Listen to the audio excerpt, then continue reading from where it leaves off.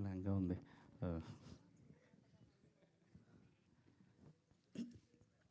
So pre release ఫంక్షన్కి అంతా save చేసి పెట్టుకుంటా స్పీచ్ అంతా.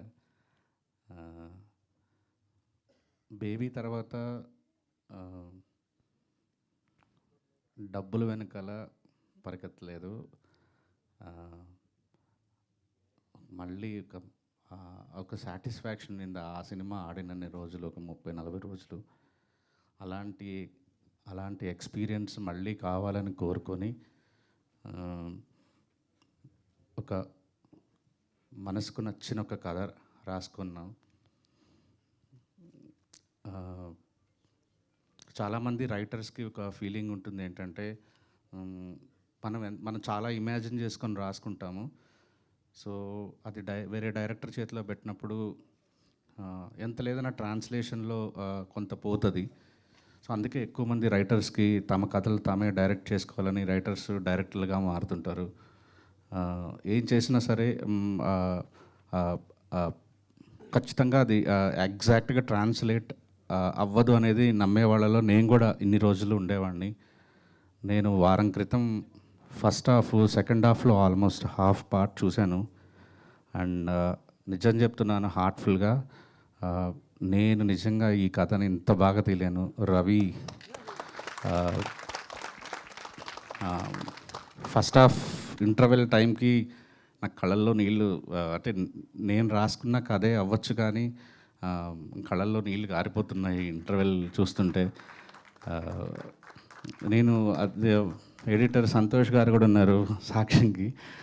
రవి నిజంగా నేను కూడా ఇంత బాగా తీయలేను రవి, బేబీ కంటే మంచి సినిమా తీసావు రవి, హార్ట్ఫుల్గా చెప్పాను. Thank you Ravi.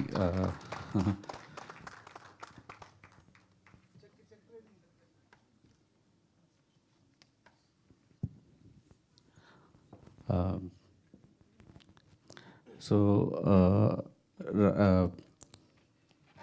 ఇంత అంటే బేబీకి నాకు చాలా హెల్ప్ చేశాడు రవి. నేను ఆ టైంలో అంటే నన్ను నేను ప్రూవ్ చేసుకోవాలని విపరీతంగా 5 గంటల సినిమా తీసేశాను. దాన్ని ఎలా కట్ చేయాలో తెలియదు. రిలీజ్ డేట్ అనౌన్స్ చేసేసారు.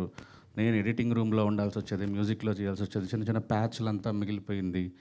సో ఒక రకంగా రవి వచ్చి సేవ్ చేశాడు. అంటే 3 అవర్స్ దాన్ని తీసుకురావటంలో, ఒక 2-3 డేస్ ప్యాచ్ వర్క్ చేయటంలో, నాతో పాటే సౌండ్లో, డిఐలో. సో నాకు ఎక్కడో కృతజ్ఞత ఉండిపోయింది రవి మీద. రవి ఈ సినిమా నువ్వు డైరెక్ట్ చేయి రవి అని నేనే రిక్వెస్ట్ చేశాను రవిని. సో నిజంగా ఆ గ్రాటిట్యూడ్ వల్ల నేనే మళ్ళీ లాభపడుతున్నాను. Thank you Ravi. You made a great film, your a great story teller. Maybe ఇది ఇప్పటికిప్పుడు మీకు కొత్త డైరెక్టర్ కాబట్టి అనిపించట్లేదు, కానీ ఒక 1 ఇయర్ తర్వాత ఈ స్పీచ్ నేను చెప్పిన మాటలు మళ్ళీ మీరు రివైండ్ చేసుకుంటే రవి ఎంత ఒక గొప్ప దర్శకుడు అనేది మీకు అర్థమవుతుంది. Thank you Ravi. అండ్ నాకు ఈ కథ రాసుకున్న తర్వాత నాకు సినిమాలో చాలా ఈక్వల్గా, చాలా స్ట్రాంగ్గా, హీరోతో సమానంగా ఉండే ఒక సినిమా మొత్తం ఒక రకంగా స్టార్టింగ్ ఫ్రేమ్ నుంచి ఎండ్ ఫ్రేమ్ వరకు హీరోతో సమానంగా ఈక్వల్గా మోయాల్సిన పాత్ర నాకు విపరీతంగా సెర్చ్ చేశాం. అండ్ మన దగ్గర కనిపించలేదు, కానీ ఒక తమిళ సినిమాలో తెలుగు అమ్మాయిని చూసిన తర్వాత సో ఇమీడియట్లీ తను పిలిచాను. గౌరీ, చాలాసార్లు ఏడిపించావు సినిమాలో, సెట్లో కాదు. లైక్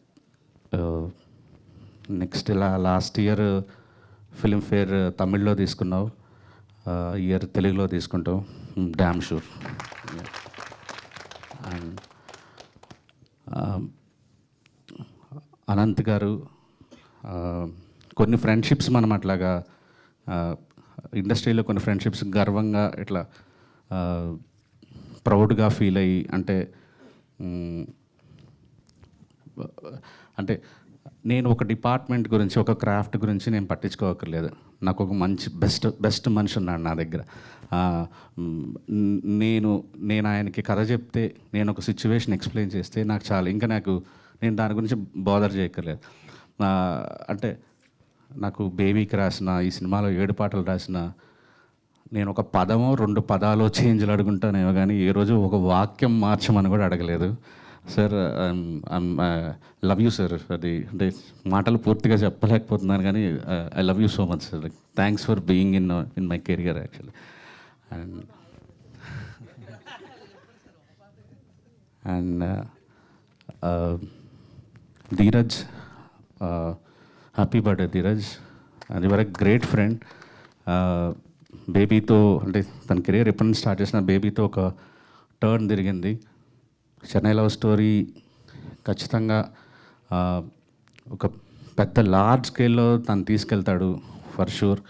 అండ్ బియాండ్ మా ఫ్రెండ్షిప్, ప్రొడ్యూసింగ్ పార్ట్నర్ కంటే, డిస్ట్రిబ్యూటర్ కంటే, ఎగ్జిబిటర్ కంటే కూడా ఒక great friend Dheeraj. Thank you Dheeraj. And ఈ సినిమాకు కూడా మాకు డబ్బులు ఎలా తీసుకొచ్చి పెట్టామని కోరుకుంటున్నా, ఎక్స్పెక్ట్ చేస్తున్నా. అండ్ మా ఎస్కేఎన్ గారు, యా, ఇద్దరం కలిసి ట్రావెల్ చేస్తున్నాం. నేనంటే ఒక బ్లైండ్ నమ్మకం. ఆ బ్లైండ్ నమ్మకం వల్లే నేను ఇంత మంచిగా ప్రశాంతంగా నేను అనుకున్నది చేయగలుగుతున్నాను, ఏ ప్రెషర్స్ లేకుండా. ఎందుకంటే నాకు ఇంకా బయట నుంచి ఎవరైనా ప్రెషర్ పెడితే నేను అది చేయలేను ఆ పని.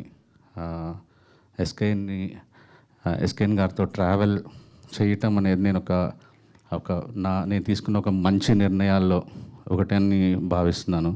అండ్ ఇలాంటి సినిమాలు మళ్ళీ మంచి సినిమాలు మళ్ళీ కలిసి అమృత ప్రొడక్షన్స్, మాస్ మూవీ మేకర్స్లో చేస్తాం. అండ్ కిరణ్ గారు,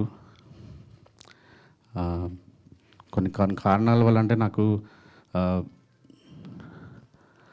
ఈ కథ ఒక సరెండర్ అయితేనే ఈ కథ చెప్పగలం. అంటే డైరెక్టర్ని, రచయితని ఎక్కువ అంటే నేను చెప్పేది క్యారెక్టరైజేషన్ గురించి ప్రశ్నలు అడగచ్చు, కానీ తన ఇమేజ్ గురించి కానీ, పబ్లిసిటీ గురించి కానీ, ఆడియో ఎందుకు ఇలా ఉంది కానీ, ఇలాంటి తను ఇందాక అనంత్ శ్రీరామ్ అన్నట్టుగా అన్నీ అహం చంపుకొని ఉన్న ఒక నటుడు కావాలి ఈ సినిమాకి. అంటే ఒక పెద్ద సక్సెస్ కొట్టిన, ఆ టైంకి కొట్టిన ఒక మా కిరణ్ అబ్బవరం గారి దగ్గరికి వెళ్తే స్టోరీ విని ఒకటే మాట అన్నారు, అన్న నేను ఫస్ట్ టైం నా కెరీర్లో నా కారు ఎక్కుతాను, సెట్లో దిగుతాను, మళ్ళీ కారు ఎక్కుతాను, మళ్ళీ ఇంటికి వస్తాను, కంప్లీట్లీ మీరు ఏం చెప్తే ఆ సినిమాకి మీరు ఏది ఫీల్ అయితే అది తీయండి అని అన్నారు. ఈ రోజుకి కూడా ఆయన మాకిచ్చిన ఆ చనువు, ఆ గౌరవం నిజంగా ఇంకా ఎక్కువ ఆయన ప్రేమించేలా చేసింది. సినిమా స్టార్ట్ అయిన తర్వాత నేను ఇంకా ఎక్కువ కిరణ్ గారిని ఇష్టపడడం స్టార్ట్ చేశాను. సార్ నేను ప్రీ రిలీజ్లో మాట్లాడతాను సార్, ఆ ఇంటర్వెల్ 15 నిమిషాల ముందు, రేపు చేయబోయే క్లైమాక్స్ ముందు, and this going to be అంటే memorable film for you, and thanks for giving us this opportunity sir. Thank you.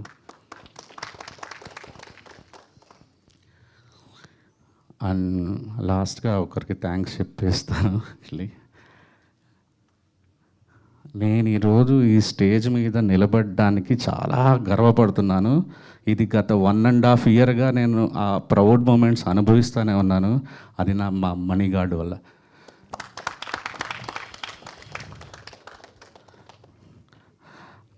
నేను బావగారు బాగున్నారా సినిమా అర్చనా థియేటర్లో చూశాను.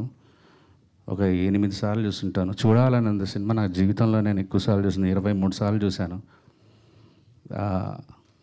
కేవలం బ్యాక్గ్రౌండ్ స్కోర్లు వినడానికి, ఆయన బ్యాక్గ్రౌండ్ స్కోర్లు వినడానికే ఆ రోజుల్లో వేరే సోషల్ మీడియా అవైలబిలిటీ లేదు కాబట్టి ఉత్త బ్యాక్గ్రౌండ్ స్కోర్లు వినడానికి థియేటర్లో టికెట్ కొనటం, వెళ్ళటం, బ్యాక్గ్రౌండ్ స్కోర్లు పాడటం, టికెట్ కొని బ్యాక్గ్రౌండ్ స్కోర్లు వినడం, ఇదే పని, అడిక్షన్.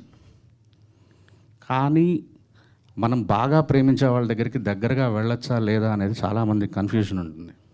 పైగా వర్క్ చేయాలనుకున్నప్పుడు ఇంకా 1కి 10 సార్లు ఆలోచించుకొని వెళ్ళాలి.